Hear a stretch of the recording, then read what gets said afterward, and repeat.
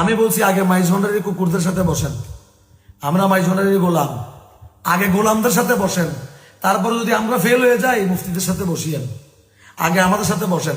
গান গাই বলে নিজেদেরকে মানে নিজেরা আমাদেরকে এত ছোট মনে করবেন না। আমরা পড়াশোনা করে তারপর গান বাজনা করি, গান বাজনা আমাদের রুহের খোরাক, সেজন্য গান বাজনাতে আসছি, না হলে আসতাম না। এটা আমাদের অন্তরে খোরাক দেয়। যথেষ্ট পড়াশোনা করে তারপরে এই জগতে আসছি। যদি আমার বায়োডাটা লাগে বায়োডাটাও নিয়েন, আমি দিয়ে দিব কমেন্ট বক্সে, যদি আপনাদের প্রয়োজন হয় তাহলে আমি দিব। আমার ভব সিন্ধু পার করাবে বাবা ভান্ডারী।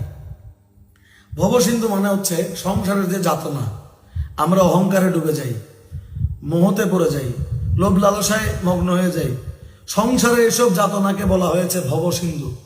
এই ভব সিন্ধু পার করাবে কে? বাবা ভান্ডারী। কিভাবে পার করাবে? ঠিক যেভাবে বাবা ভান্ডারী ওনার খলিফাগণদেরকে পার করিয়েছেন। যেমন বাবা ভান্ডারীর অসংখ্য খলিফা আছে, অসংখ্য অগণিত খলিফা আছে। আপনারা, আমি একজন একজন নাম বলতে গেলে বহু নাম। ওনারা সবাই দুনিয়ার মোহমায়া ত্যাগ করে আল্লাহর পথে ওনারা সবসময় ছিলেন। আমরা চাই আমাদেরকে বাবা ভান্ডারী এই দুনিয়ার মোহমায়া থেকে আমাদেরকে দূরে রেখে আমাদের ভব সিন্ধুটাকে পার করাই দেখ বাবা ভান্ডারী। সেই জন্য আমরা বাবা ভান্ডারীকে ভব সিন্ধু পার করাবে বাবা ভান্ডারী কথাটা আমরা সেজন্য বলছি।